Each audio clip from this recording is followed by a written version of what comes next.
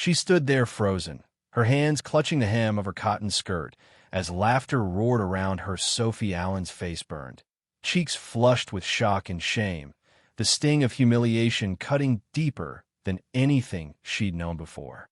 The elite crowd at that Manhattan gala, draped in glittering gowns and tailored suits, pointed, jeered, phones flashing like vultures.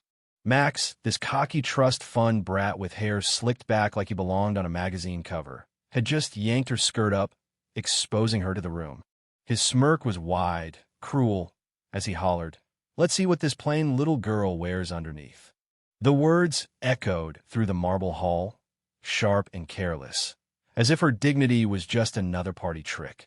Chloe, the influencer queen, 1 million followers deep, had her phone out before Sophie could even process what happened, her venomous voice bright over the music. "Guys, check out the maid's outfit of the day."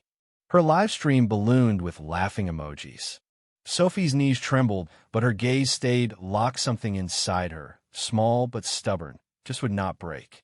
Nobody there could have guessed that in 60 seconds, the owner of the mansion, Sophie's husband, would come through those doors and turn every smug face pale. If this story is landing, hey, pause for a sec, pull out your phone, hit that like button, drop a comment about what's hitting you hardest, and subscribe. Every bit keeps stories like this alive, you know?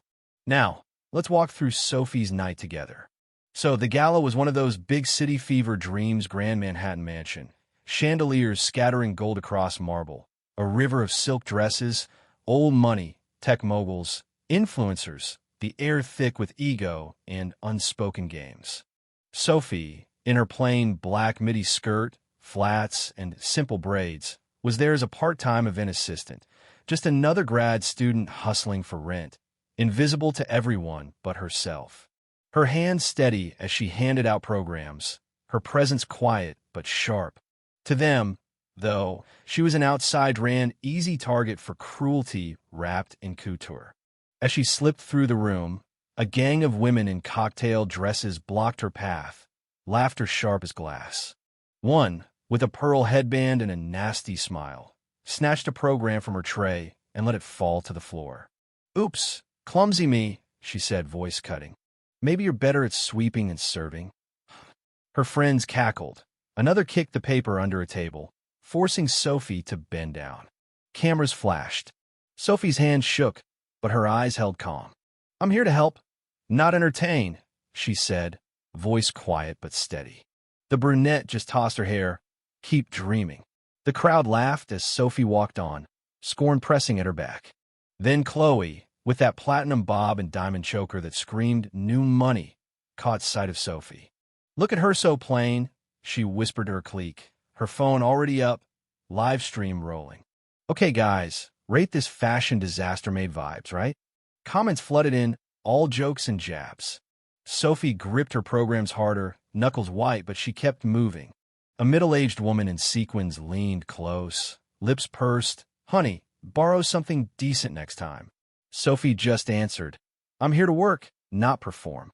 Some guests blinked, caught off guard. Chloe rolled her eyes and kept filming. Near the bar, a man in a tux leaned in, breath stinking of whiskey. "You know they hire people like you, so we don't have to look at you," he spat, smirking. "Stick to the kitchen next time." Sophie's tray wobbled, but she looked him in the eye. "I'm here to do my job." Her words, soft but pointed, drew uncomfortable shuffling from a few guests. But most just laughed. Then Max swaggered over, Rolex flashing, his friend a pack of wolves behind him. "What's this, Chloe?" The help trying to blend in. His voice boomed, eyes scanning her up and down. "That face, that dress you're in, not even trying, are you?" The laughter swelled, cold and ugly. Sophie's cheeks burned, but she stood tall. "What I wear matters less than how I treat people," she said, voice steady, every word heavy as stone. The room stilled for a heartbeat, a few nods flickering, then Max just cackled, "Spare us the sermon." It escalated fast. Chloe's crew, phones up, filmed Sophie passing by with a tray. One woman yelled, "Hey, budget girl," smile for the camera. Her livestream chat filled with thrift store jokes. Someone tossed a cocktail napkin at Sophie's feet. "Clean that up too." Sophie bent to pick it up, breath hitching but hand steady. Before she could rise, a man in velvet, hair slicked like a villain, blocked her path, wine glass in hand. "You're ruining the aesthetic," he sneered, tipping red wine onto her shoes. "There, now you match." Laughter burst again. Sophie's fingers clenched her tray, but her voice stayed calm. "My work isn't for your amusement." A few faces shifted, unsure now. But Max, emboldened by the cruelty, darted forward before Sophie could react. He yanked her skirt up. Phones exploded, laughter pealed, the whole room in on her humiliation. Chloe, still streaming, leaned in. "Don't dress like that if you don't want attention, sweetheart." Sophie's hands flew to her skirt, body shaking. But she didn't cry, didn't run. That quiet fire just kept burning in her eyes. A woman in a gold gown shoved past, sending champagne splashing across Sophie's chest. "Look at that. Can't even hold a tray," she sneered.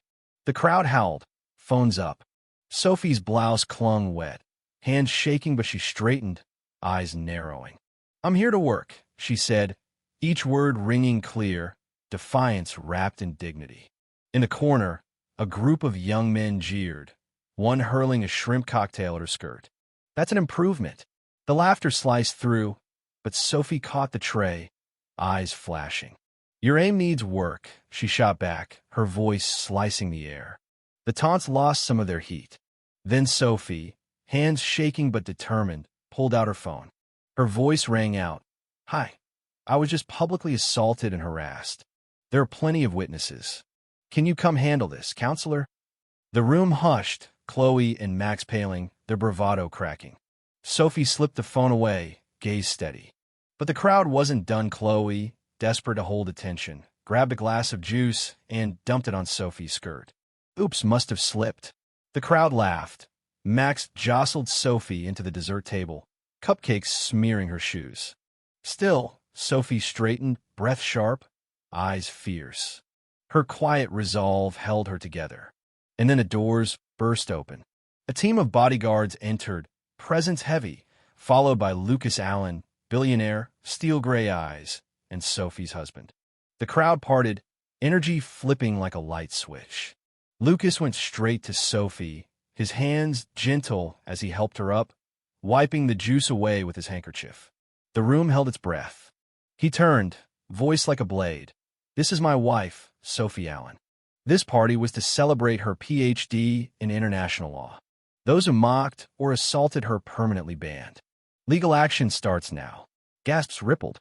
The cocktail, napkin thrower froze, phone slipping from her hand.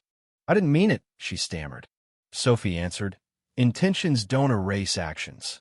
The woman shrank as bodyguards moved in. Max and Chloe dropped to their knees, faces white. "Please, we didn't know," Max begged. "Please don't ruin us," Chloe pleaded, live stream still rolling, their collapse caught for all to see. Sophie stood tall, skirt stained, shoes smeared, but regal. She didn't gloat, just looked at them, her silence a verdict. The bodyguards ushered the worst offenders out, the crowd's laughter replaced by a thick, shamed silence.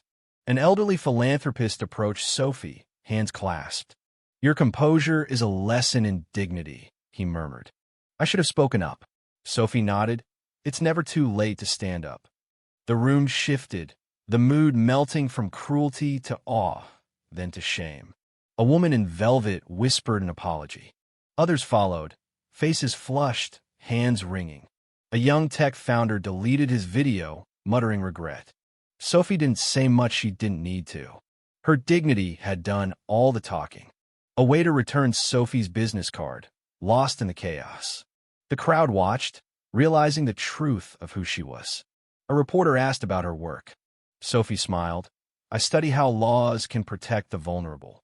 It's about justice, not revenge." Her words hung heavy in the era, quiet call for decency. A teenage girl, a +1 in a borrowed dress, slipped up. "How did you not let them break you?" she whispered. Sophie smiled, soft but fierce. "You choose what defines you. Their words don't get to decide who you are." The girl nodded, standing taller. Lucas watched, pride in his eyes, quiet as always. The fallout was swift. Chloe's livestream backfired, her followers outraged. brands dropping her in droves. Max's family, with business tied to Lucas, got the call their influence crumbled overnight. The sneering woman lost her gala invites, her circle shrinking. Sophie didn't need revenge, truth did its work. Back in her daily life, Sophie kept showing up, same skirt, same smile, but something had shifted. She was bolder now, unbreakable. A co-worker said, "You seem stronger lately." Sophie just smiled, hand steady, heart lighter. At another charity event, a young girl recognized her. "Are you the one from the gala?" Sophie nodded. "Keep studying jury enough, just as you are." The girl beamed, shoulders straightened. Lucas watched from afar, letting her light fill the room. The story spread, news outlets picked it up. Community groups invited Sophie to speak. Her message was simple: dignity isn't bought. It's lived. She stood tall, her story a quiet anthem for anyone who's ever been pushed down. It's strange, isn't it? How a minute can change everything. How a woman in a plain skirt can face a storm of cruelty and silence it with strength. The loudest voices left humbled, their pride shattered by a truth they never saw coming. Sophie didn't need their regret, she just needed a stand. And she did, brighter than any chandelier, stronger than any storm. Where are you watching from? Leave a comment below, hit follow, and let's keep walking together through heartbreak, betrayal, and finally healing.